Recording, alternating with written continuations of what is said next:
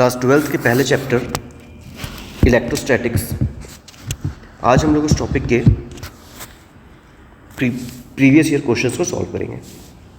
तो चैप्टर जो है इलेक्ट्रोस्टैटिक्स, अगर इलेक्ट्रोस्टैटिक्स की बात करें तो चैप्टर बहुत कॉन्सेप्चुअल है, बहुत सारे टाइप वेराइटीज ऑफ क्वेश्चन है इसमें। लेकिन जनरली जो क्वेश्चन पूछे जा रहे हैं वो फोर्स, इलेक्ट्रिक फील्ड, मोमेंटम, इन्हीं के क्वेश्चन हैं। तो बेसिकली इन टॉपिक्स को क्लियर रखना है। तो स्टार्ट करते हैं। जैसे पहला क्वेश्चन दिया हुआ है, पहला क्वेश्चन देखिए क्या दिया हुआ है कि इलेक्ट्रिक फील्ड इक्वेटोरियल प्लेन पर किसी डायपोल की वजह से कितनी होती है। सिंपल सा question, direct formula based question है। तो अगर डायपोल याद होगा तो डायपोल क्या होता है कि एक ऐसी फिजिकल क्वांटिटी होती है जिसमें क्या होते हैं इक्वल और अपोजिट चार्जेस छोटे से डिस्टेंस पे बेस्ड दूरी पे होते हैं। माइनस क्यू यहाँ हो गया, प्लस क्यू ये हो गया, और इनके बीच का डिस्टेंस हो गया 2l। तो डायपोल मोमेंट जो होगा p से रिप्रेजेंट करेंगे, वेक्टर क्वांटिटी होगी, और p की वैल्यू कितनी होगी, p की वैल्यू होगी q इंटू 2l। ठीक है। अब ये जो डायपोल मोमेंट होता है ये एक वेक्टर क्वांटिटी है, और इस वेक्टर क्वांटिटी का डायरेक्शन जो होगा नेगेटिव से पॉजिटिव की ओर लेते हैं हमेशा। ठीक है। इस आधार पर अगर पूछें कि डायपोल का डायरेक्शन पॉजिटिव एक्स डायरेक्शन पे लिया हुआ है, ऐसे समझ लीजिएगा, तब इलेक्ट्रिक फील्ड की value equatorial axis. Equatorial axis क्या होता है? ऐसा एक्सिस जो इस चार्ज को दो इक्वल भाग में बांटते हैं। तो इक्वेटोरियल एक्सिस का इलेक्ट्रिक फील्ड का वैल्यू कितना होगा? क्वेश्चन सिंपल सा है, याद करने वाला क्वेश्चन है। आंसर हो जाएगा, देखिए अगर मान लीजिए इसको ये इलेक्ट्रिक फील्ड की वैल्यू अगर निकालने की कोशिश करते हैं, या माइनस क्यू ले लें, प्लस क्यू ले लें, तो और यहाँ पर जहाँ पर फील्ड निकालना होगा वहाँ पर +1 चार्ज मान लें, तो ये इसको अट्रैक्ट करेगा और ये इसको रिपेल करेगा। इसकी वजह से नेट फील्ड का डायरेक्शन लेफ्ट साइड होगा। लेफ्ट साइड मतलब क्या हो जाएगा? माइनस में आएगा आंसर। ठीक है। तो जो भी क्वेश्चन में ऑप्शन है आंसर आता है, इसका फॉर्मूला याद कर लीजिएगा। तो इसकी आंसर जो आएगी वो इलेक्ट्रिक फील्ड का फॉर्मूला होता है -kp/r³। जनरली जो इलेक्ट्रिक फील्ड होती है वो r² के प्रोपोर्शनल होती है। इलेक्ट्रिक डायपोल का चाहे इक्वेटोरियल एक्सिस हो, चाहे एक्सियल एक्सिस हो, चाहे कोई जनरल पॉइंट हो, r³ पे डिपेंड करता है। ठीक है। ये क्वेश्चन भी जनरली पूछता है। आंसर में नेगेटिव क्यों हुआ? क्योंकि डायपोल का डायरेक्शन पॉजिटिव एक्स की ओर लिया है।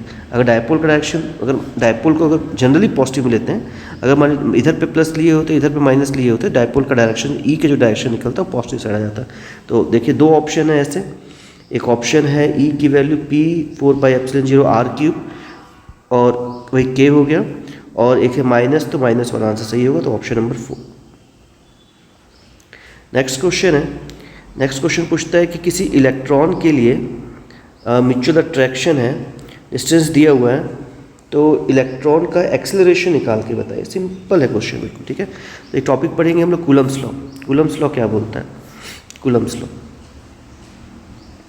कूलम्स लॉ की अगर बात करेंगे तो क्वेश्चन नंबर 2, कूलम्स लॉ क्या बोलता है कि कोई भी दो चार्ज पार्टिकल के बीच में लगने वाला फोर्स अगर F है तो उसकी वैल्यू होती है k इंटू Q1Q2/r²। ठीक है। k की वैल्यू होती है 1/4πε0 Q1Q2/r² हो जाएगा। अब 1/4πε0 की वैल्यू होती है 9 × 10⁹ अब इसी पे बेस्ड क्वेश्चन है कि इसके हिसाब से हम लोग को एक्सेलरेशन निकालना है। एक्सेलरेशन ऑफ एन इलेक्ट्रॉन, दो इलेक्ट्रॉन और एक इलेक्ट्रॉन एक प्रोटॉन के बीच में। तो इलेक्ट्रॉन का चार्ज कितना हो जाएगा? 1.6 × 10⁻−19। यही प्रोटॉन का चार्ज हो जाएगा। तो Q1 और Q2 की वैल्यू सेम हो गई। ठीक है। अब क्या हो गया? R डिस्टेंस कितना दिया हुआ है? R की वैल्यू दी हुई है 1.6 × 10⁻−10 एंगस्ट्रॉम A0 अगर लिखा हुआ है, इसका मतलब होता है 10⁻−10। ठीक है। और मास ऑफ इलेक्ट्रॉन जो होगा वो होता है 9.1 × 10⁻31 kg। अब इसी हिसाब से क्वेश्चन को बनाना है। ठीक है। स्टार्ट करते हैं। तो फॉर्मूला देखते हैं पहले। तो कूलम्स लॉ के हिसाब से फोर्स का फॉर्मूला क्या हो जाएगा? फोर्स हो जाएगा 9 × 10⁹ Q1 Q2 मतलब E × E अपॉन डिस्टेंस कितना दिया हुआ है? 1.6 × 10⁻−10 का स्क्वायर ऐसा। ठीक है। और फोर्स का एक और फॉर्मूला होता है ma। इस हिसाब से अगर a निकालें तो m को इधर भेज देंगे, तो एक्सेलरेशन की वैल्यू कितनी निकलेगी? एक्सेलरेशन की वैल्यू कितनी आएगी? एक्सेलरेशन की वैल्यू आएगी 9 × 10⁹ e की value 1.6 × 10⁻⁻19 into 1.6 into 10⁻⁻19 divided by, ये क्या हो जाएगा 1.6 इंटू 10⁻10 इंटू 1.6 इंटू 10⁻10, ठीक है, और मास भी डिनोमिनेटर में ही आ जाएगा, तो इंटू 9 इंटू 10⁻31।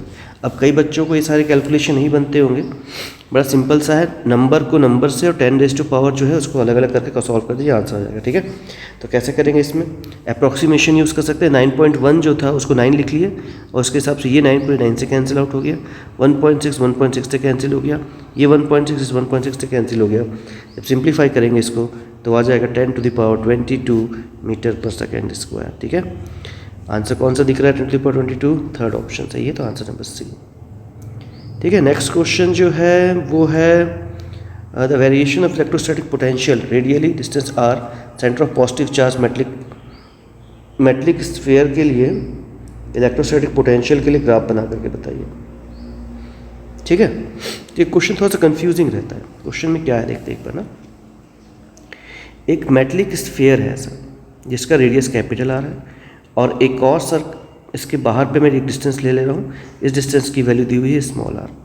अगर इलेक्ट्रिक फील्ड का पूछें तो इलेक्ट्रिक फील्ड का फॉर्मूला होता है इलेक्ट्रिक फील्ड अगर मेटलिक स्फेरिकल सेल है तब, ठीक है, इलेक्ट्रिक फील्ड की वैल्यू होती है सिग्मा अपॉन या simply 1/4 pi epsilon 0 Q upon R square. ये हो जाएगा आउटसाइड। दूर से देखने पर कोई भी चार्ज जो होगा, कोई भी स्फीयर या कोई भी शेप अगर देखें हम लोग तो पॉइंट चार्ज जैसा बिहेव करता है। पॉइंट चार्ज का जो फॉर्मूला होता है अगर याद होगा तो ये पॉइंट चार्ज के लिए फॉर्मूला हो, चाहे शेप कोई भी हो। तो कोई भी इलेक्ट्रिक फील्ड अगर बहुत दूर से देख रहे हैं, आर बहुत लंबा ले लें तो आर को लंबा लेने पे क्या निकलेगा, ई आउटसाइड क्या निकलेगा 1/4 pi epsilon 0 Q by R square जो निकलता है। फिर ई की वैल्यू अगर सरफेस पे चेक करें तो होता है सिग्मा अपॉन एप्सिलॉन 0। ठीक है, किसी भी मेटल में कोई भी शेप हो अगर यूनिफॉर्म डिस्ट्रीब्यूशन है तो इलेक्ट्रिक फील्ड आउटसाइड अगर होगा, अगर उसकी थिकनेस है तो अगर थिकनेस है तो सिग्मा अपॉन एप्सिलॉन 0, शेप जरूरी नहीं स्फीयर हो, कोई भी शेप। ठीक है, तो इसका इलेक्ट्रिक फील्ड कितना निकल गया sigma upon epsilon 0 surface charge distribution के लिए। नेक्स्ट है अगर ई इनसाइड की अगर बात करें तो ई इनसाइड कितना होता है, ई इनसाइड हो जाता है 0। ठीक है, ये इलेक्ट्रिक फील्ड की बात कर रहे हैं। तो अगर इसका कभी ग्राफ पूछता है कि इलेक्ट्रिक फील्ड का ग्राफ बना करके बताइए, एक साइड इलेक्ट्रिक फील्ड लिख दिए, एक साइड डिस्टेंस लिख दिए, अगर ग्राफ बनाएंगे तो अंदर पे 0, रेडियस r तक 0 और उसके बाद कैसा है वो उसके बाद कैसा हो गया, हाईएस्ट हो जाएगा रेडियस पे अंदर तक, जब तक अंदर तक 0 हाईएस्ट हो जाएगा रेडियस पे और बाहर पे इन्वर्सली प्रोपोर्शनल हो जाएगा। तो अगर ऑप्शन देखेंगे तो ऑप्शन पहला लग रहा है, लेकिन ध्यान से अगर क्वेश्चन पढ़ेंगे तो क्वेश्चन पूछा है इलेक्ट्रोस्टैटिक पोटेंशियल बताइए, इलेक्ट्रिक फील्ड मत बताइए। ठीक है, तो इलेक्ट्रोस्टैटिक पोटेंशियल की बात जब करेंगे तो फॉर्मूले में थोड़ा चेंज हो जाएगा। V का जो फॉर्मूला होता है वो होता है 1/4 pi epsilon 0 Q upon R. Question को समझना जरूरी है। ठीक है, याद रहता है बच्चों को कि ये इलेक्ट्रिक फील्ड का क्वेश्चन सोच के बना देते हैं, इसको इलेक्ट्रिक फील्ड के हिसाब से पहला ऑप्शन सही मार देंगे। ठीक है, लेकिन क्वेश्चन में इलेक्ट्रिक फील्ड का पूछा ही नहीं, इलेक्ट्रोस्टैटिक पोटेंशियल पूछा है। तो V आउटसाइड इतना होगा, V ऑन द सरफेस कितना हो जाएगा 1/4 पाई एप्सिलॉन 0, चार्ज की वैल्यू Q और डिस्टेंस मान लेते हैं कैपिटल R, और ये जो पूरा पार्ट होगा ये कैसा होगा, ये होगा कांस्टेंट। ठीक है, ये क्या हो गया कांस्टेंट हो गया, और ये क्या हो गया, ये कांस्टेंट नहीं है। अगर अंदर जाएं तो अंदर पे E कितना था, अंदर पे E था 0, E की वैल्यू होती है -dV/dr। तो अगर E 0 है इसका मतलब है V क्या हो जाएगा, साइड चेंज करके इंटीग्रेट करेंगे, या पूछे तो किसका डिफरेंशिएशन 0 होता है, तो किसी कांस्टेंट का डिफरेंशिएशन 0 होता है।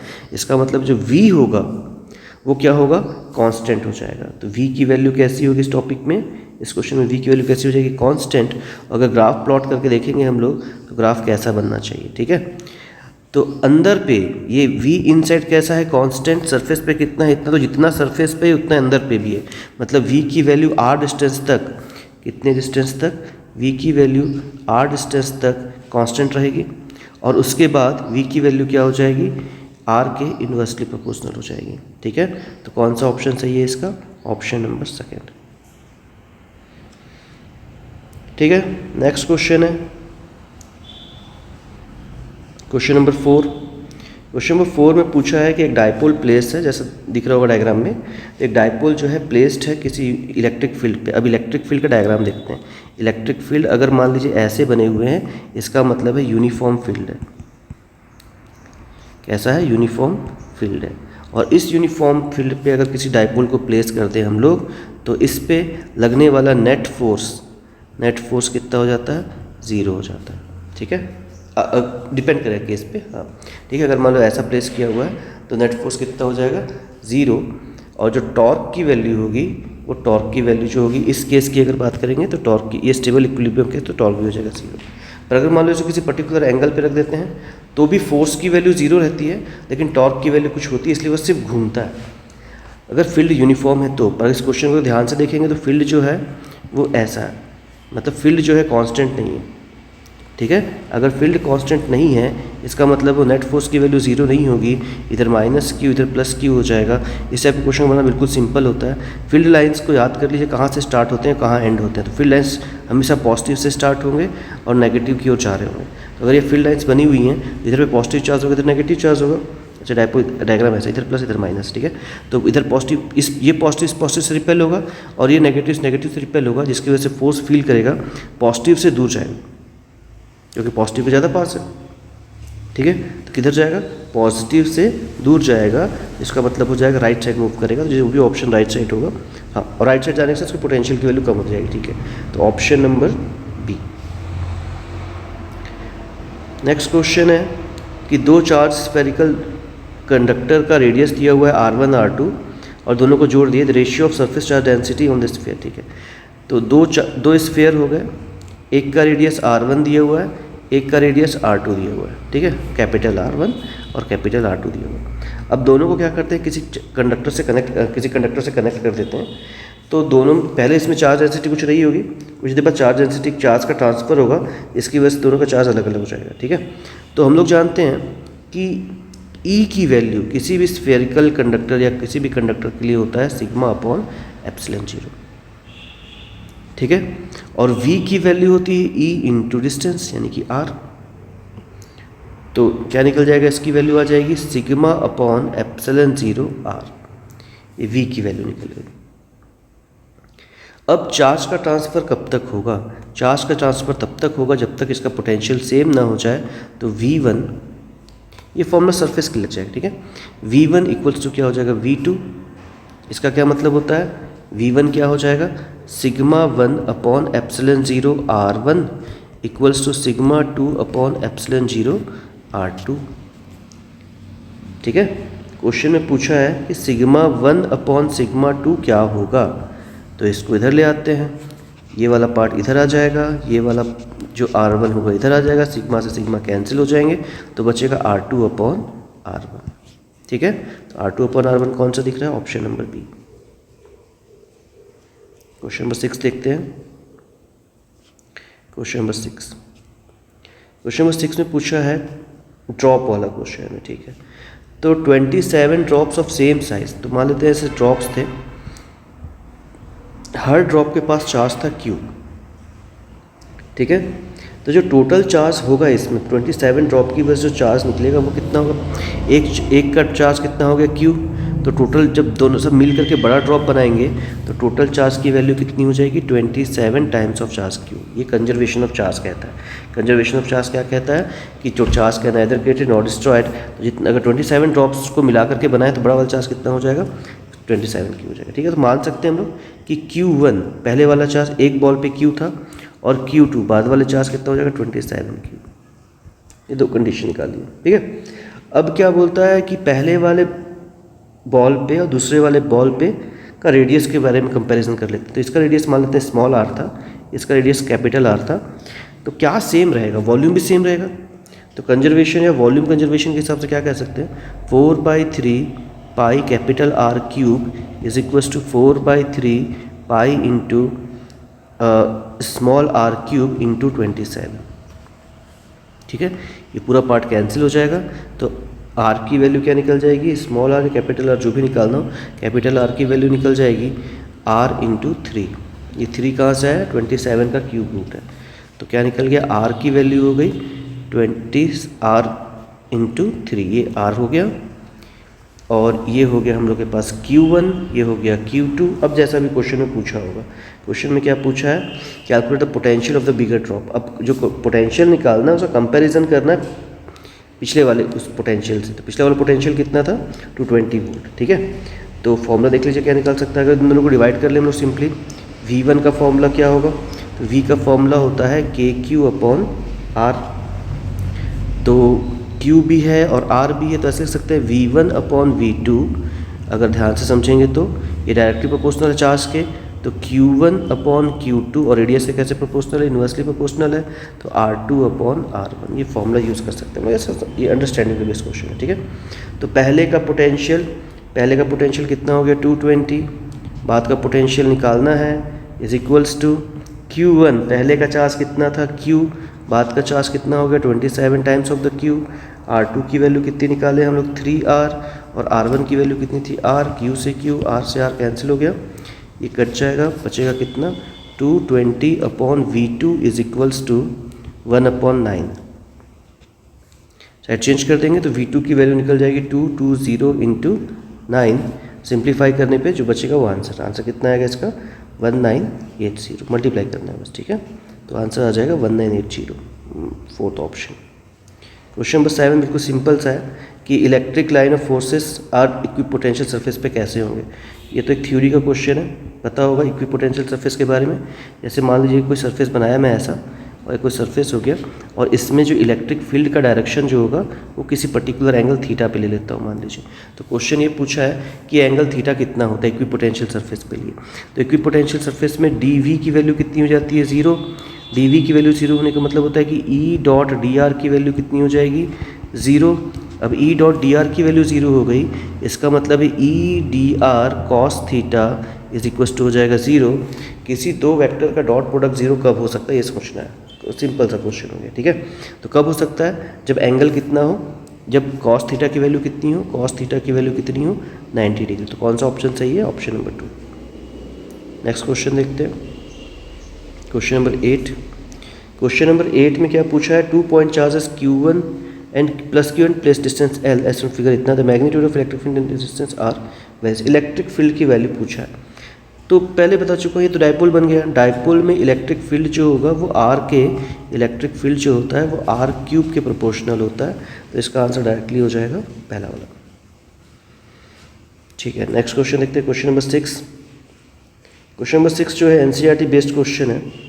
इसमें पूछा है कि चार्ज का स्ट्रक्चर दिया हुआ है, और पूछा है कि work done in bringing charge Q0 to the centre पे चार्ज को लाने पर कितना एक्स्ट्रा वर्क करना पड़ेगा। तो अगर मान लीजिए मैं क्या करूँगा, सिंपली सेंटर पे रखे हुए चार्ज पे टोटल वर्क डन की वैल्यू निकाल के देख लेंगे, और उसके हिसाब से आंसर आ जाएगा, ठीक है, ठीक है। अगर वो 0 आ गया, इसका मतलब कोई वर्क डन नहीं करना पड़ेगा, ठीक है। इस पूरे सिस्टम को बनाने में जितना भी चार्ज का फोर्स होगा उसको निकाल कर देख लेते हैं बस, ठीक है। सिंपल क्वेश्चन है, ठीक है। स्टार्ट करते हैं। तो U का फॉर्मूला क्या होता है, U का फॉर्मूला होता है 1/4πε0 Q1 Q2/R। ये पोटेंशियल एनर्जी का फॉर्मूला हो गया। Question number 9। तो पोटेंशियल एनर्जी के फॉर्मूले के हिसाब से अगर बनाए हम लोग, तो इसके न्यूमेरिकल और फोर्स वाले न्यूमेरिकल में क्या अंतर होता है। फोर्स वाले न्यूमेरिकल में डायरेक्शन को यूज़ करके निकालना होता है, इसमें सिंपली ऐड करने से आंसर आ जाता है, ठीक है। तो अगर नेट इलेक्ट्रिक फील्ड की नेट पोटेंशियल की वैल्यू निकालना चाहें या पोटेंशियल एनर्जी की वैल्यू निकालना चाहें, तो सिंपली डिस्टेंस को यूज़ कर सकते हैं। तो मान लीजिए मेरे पास ऐसा हेक्सागन था, यहाँ पर चार्ज रखा हुआ था Q0, यहाँ पर था -Q plus Q minus Q plus Q minus Q plus Q। तो जो अगर इस वाले पोटेंशियल एनर्जी की बात करें, अगर इसको U1 बोल दूँ तो इसमें क्या आएगा, माइनस में आएगा, ठीक है। आंसर माइनस में आएगा इसकी -Q की वजह से। और इस वाले में क्या करके बता देते हैं, नाम रख लेते हैं हर पॉइंट का। किसी भी न्यूमेरिकल को बनाने से पहले सबसे पहले नाम रख लीजिएगा, A B C D E और ये F हो गया, ठीक है। अब U और ये O हो गई। U O B की वैल्यू निकाल के देखता हूँ कितना निकलेगा, O से B की वैल्यू। तो कितना हो जाएगा, K माइनस Q Q0/R। तो U O B की वैल्यू कितनी निकल गई, माइनस में K Q Q0/R। और U O C की वैल्यू निकालेंगे तो भी निकल जाएगा, माइनस के बदले प्लस हो जाएगा क्योंकि प्लस चार्ज है। तो माइनस के बदले प्लस के क्यू, क्यू 0 अपॉन आर। तो अगर टोटल पोटेंशियल एनर्जी सिर्फ इन दोनों का निकाल, दोनों कट के 0 हो जा रहा है, उतना ही माइनस उतना ही प्लस। तो ऐसे ही क्या होगा, इन दोनों का जैसे कट के 0 हुआ, वैसे इन दोनों का कट के 0 हो जाएगा, इन दोनों का कट के भी 0 हो जाएगा। तो ओवरऑल पोटेंशियल एनर्जी कितनी हो जाएगी, 0। मतलब कोई एक्स्ट्रा वर्क या कोई एक्स्ट्रा एनर्जी खर्च करने की जरूरत नहीं है, आंसर आएगा 1। ठीक है, एनसीईआरटी में सेम क्वेश्चन दिया हुआ, शायद ट्राइंगल का उसका है, स्क्वायर का, देख लीजिएगा उसको। ठीक है, क्वेश्चन नंबर 10 देखते हैं। क्वेश्चन नंबर 10 में क्या बोलता है कि एक इलेक्ट्रिक डाइपोल है जो कि 30 डिग्री पे, थीटा की वैल्यू होगी 30 degree, with the electric field की वैल्यू दी हुई है कितनी, 2 × 10⁵ न्यूटन पर कूलम, और टॉर्क की वैल्यू दी हुई है 4। Calculate magnitude of charge on the dipole, और एल की वैल्यू दी हुई है 2 सेंटीमीटर। ठीक है, इसको मीटर में चेंज करें क्योंकि सबके सब ऐसा यूनिट में, इसको मीटर में चेंज करेंगे तो कितना हो जाएगा, 0.02। ठीक है, इतना मीटर होगा। सिंप्लीफाई करना है तो हम लोग के पास टॉर्क का फॉर्मूला होता है, टॉर्क इक्वल्स होता है PE sin थीटा, P तो होता है Q × 2L, तो Q × 2L E sin theta, torque का फॉर्मूला हो गया। तो टॉर्क की वैल्यू दी हुई है 4, टॉर्क की वैल्यू कितनी हो गई 4, चार्ज की वैल्यू निकालनी है, डिस्टेंस पूरा 2L यूज़ कर लेंगे तो 0.02 इंटू इलेक्ट्रिक फील्ड हो गया 2 × 10⁵, और sin 30 की वैल्यू कितनी होती है, sin 30 की वैल्यू 1/2। ठीक है, साइड चेंज कर देंगे, साइड चेंज करके सिंप्लीफाई करेंगे तो आंसर आ जाएगा, आंसर आएगा 2 mc। ठीक है, वैल्यू कितनी हो जाएगी, 2 आंसर आ रहा है, मतलब ऑप्शन नंबर 3। ठीक है, क्वेश्चन नंबर 11th क्वेश्चन है ओवर सरफेस, अगर किसी क्लोज इंटीग्रल ऑफ E.ds की वैल्यू अगर 0 है तो इसका क्या मतलब होता है। हम लोग क्या देखते हैं, क्लोज इंटीग्रल का क्या मतलब होता है। इस क्लोज इंटीग्रल का मतलब होता है कि हम लोग गॉस थ्योरम लगा रहे हैं। ठीक है, तो अगर मान लो किसी सरफेस पे टोटल फ्लक्स की वैल्यू 0 है, इसका मतलब क्या है कि क्लोज इंटीग्रल E.ds की वैल्यू कितनी है, 0 है। क्वेश्चन ये पूछ रहा है। ठीक है, इस हिसाब से अगर हम लोग देखें तो इसको क्या मतलब, इसके बहुत सारे मतलब निकलते हैं। जैसे -Q और +Q दो होते, इक्वल एंड अपोजिट चार्जेस होते तो भी 0 आता। अब इसमें क्योंकि अपने लोग पास फॉर्मूला होता है Q/ε0 कॉस थ्योरम के हिसाब से। ऑप्शन में कहीं पर दिया है क्या, पहला ऑप्शन दिया है magnitude of the electric field on the surface is constant, electric field से कोई लेन देन नहीं है। All charges must be necessarily inside the surface, ये भी कंपलसरी नहीं कॉस थ्योरम के लिए, electric field inside the surface necessarily uniform. The next number of flux लेना, इसका मतलब देखिएगा, अगर मान लेते हैं किसी सरफेस से 2 लाइन अंदर गई और 2 लाइन बाहर निकल गई, तो टोटल फ्लक्स की वैल्यू कितनी हो जाएगी, 0, तभी फ्लक्स की वैल्यू 0 हो सकती है, तो ऑप्शन नंबर 2। ठीक है, नेक्स्ट क्वेश्चन है क्वेश्चन नंबर 12। ये क्वेश्चन भी एनसीईआरटी क्वेश्चन है, उसमें इसकी वैल्यू दी हुई है। क्वेश्चन ने पूछा है कि ऐसा कोई सरफेस है या कोई क्यूब है ऐसा, इस क्यूब के अंदर पे चार्ज रखा हुआ है Q, इस क्यूब के अंदर पे क्या चार्ज रखा हुआ है, चार्ज रखा हुआ है Q, तो हर सरफेस पे कितना फ्लक्स होगा। तो हम लोग इसमें गॉस थ्योरम लगा सकते हैं डायरेक्टली। गॉस थ्योरम क्या बोलता है, गॉस थ्योरम बताता है कि टोटल फ्लक्स की जो वैल्यू होती है वो Q/ε0 के बराबर होती है। अगर सरफेस क्लोज है तो सरफेस तो क्लोज है, इसलिए फ्लक्स की वैल्यू क्या हो जाएगी, Q/ε0। अब पूछा है एक फेस से कितना होगा, तो कितने फेस से टोटल 6 फेस होते हैं, तो डिवाइड बाई 6 आंसर आ जाएगा। ठीक है, और जो चार्ज की वैल्यू दी हुई है उसे माइक्रो कूलम दी हुई है, माइक्रो का मतलब होता है 10⁻⁻6, तो आंसर हो जाएगा पहला। ठीक है, बन जाएगा ये भी, सॉरी पहला नहीं, 4th, 6 भी आएगा नीचे में। ठीक है, 4th आंसर हो गया। नेक्स्ट क्वेश्चन देखते हैं, 13 क्वेश्चन। क्वेश्चन नंबर 13 में क्या पूछा है, क्वेश्चन नंबर 13 में पूछा है एक कंडक्टिंग स्फेयर है, उसका रेडियस दिया हुआ है, और पूछा है कि सरफेस पे इसके सरफेस पे पोटेंशियल की वैल्यू V है। ठीक है, तो इलेक्ट्रिक फील्ड की वैल्यू क्या होगी, इलेक्ट्रिक फील्ड की वैल्यू क्या होगी सरफेस के बाहर, ऐसा क्वेश्चन है। अंदर पे तो होता तो 0 हो जाता आंसर। ठीक है, ऑन द सरफेस भी निकाल सकते, तो मतलब आंसर V के टर्म पे निकालना है। तो V का फॉर्मूला क्या होता है, V जो होगा कांस्टेंट होगा अंदर और सरफेस पे, और वैल्यू कितनी होगी, KQ/R। और इलेक्ट्रिक फील्ड का फॉर्मूला क्या होगा, के इलेक्ट्रिक फील्ड का फॉर्मूला हो जाएगा K Q upon small R square. इसके लिए कैपिटल आर ले लेंगे, इसके लिए स्मॉल आर यूज़ कर लेंगे।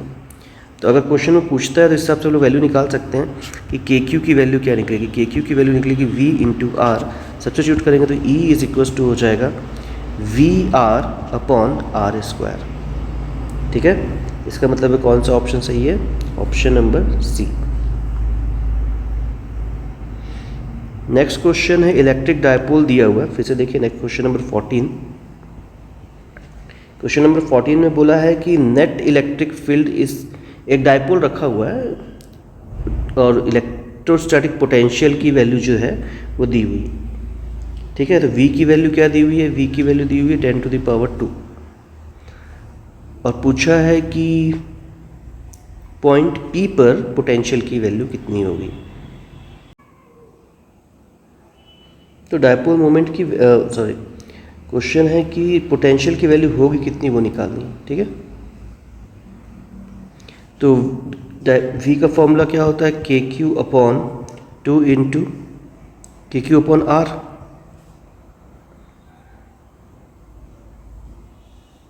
ठीक है, बेसिक फॉर्मूला यही है। अब टोटल पोटेंशियल की अगर वैल्यू निकालनी हो तो हम लोग क्या करेंगे, दोनों को जोड़ देंगे। तो कितना आ जाएगा, potential V is equals to हो जाएगा K Q upon 2 into 10⁻², distance दिया हुआ है, के क्यू अपॉन 8 इंटू 10⁻², दोनों सेपरेट करना है बस। तो के क्यू अपॉन 10⁻² और 2 बाहर आ गया, यहाँ बचेगा 1 - 1/8। ठीक है, 1 - 1/4, 4 में 1 माइनस करेंगे 3 हो जाएगा। तो आंसर बचेगा के क्यू अपॉन 10⁻² इंटू 3/2, ऐसा समथिंग ऐसा कुछ आंसर आएगा। 3/4 और एक 2 ये बचा हुआ है तो मल्टीप्लाई करेंगे 3/8 हो जाएगा।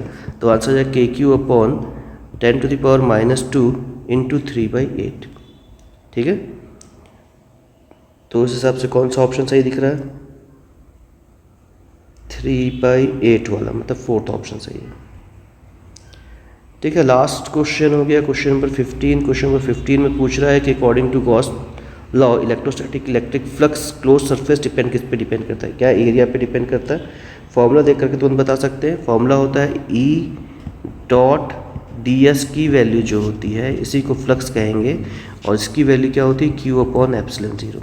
तो अगर एक छोटा स्फीयर हो और एक बड़ा स्फीयर ले, अगर इसमें देखें फील्ड लाइंस की वैल्यू दोनों में, तो इसमें भी 2 है, इस सरफेस से भी 2 बाहर निकल रहा है, इससे भी 2 निकल रहा है, मतलब एरिया पे डिपेंड नहीं करता। The quantity of charge in close, charge पे डिपेंड करेगा। The shape of the surface same आता है, वॉल्यूम ऑफ क्लोज सरफेस नहीं। तो आंसर कौन सा है इसका, बी। ठीक है, तो इस हिसाब से पहला PYQ सेक्शन आप लोग का कंप्लीट हो चुका है इलेक्ट्रोस्टैटिक्स का। अगर आप लोग ध्यान से देखेंगे तो ये टेस्ट की जो लिंक है वो डली हुई है डिस्क्रिप्शन में, आप उसको देख करके इस टेस्ट की कई बार प्रैक्टिस कर सकते हैं। इस बार के एग्ज़ाम में प्रॉब्लम क्या है कि क्वेश्चंस जो हैं वो कई बार पूछा जाएगा और टाइम जो होगा वो कम होगा, तो हम लोग को उसी हिसाब से क्वेश्चंस को बनाना होता है। ठीक है, थैंक यू।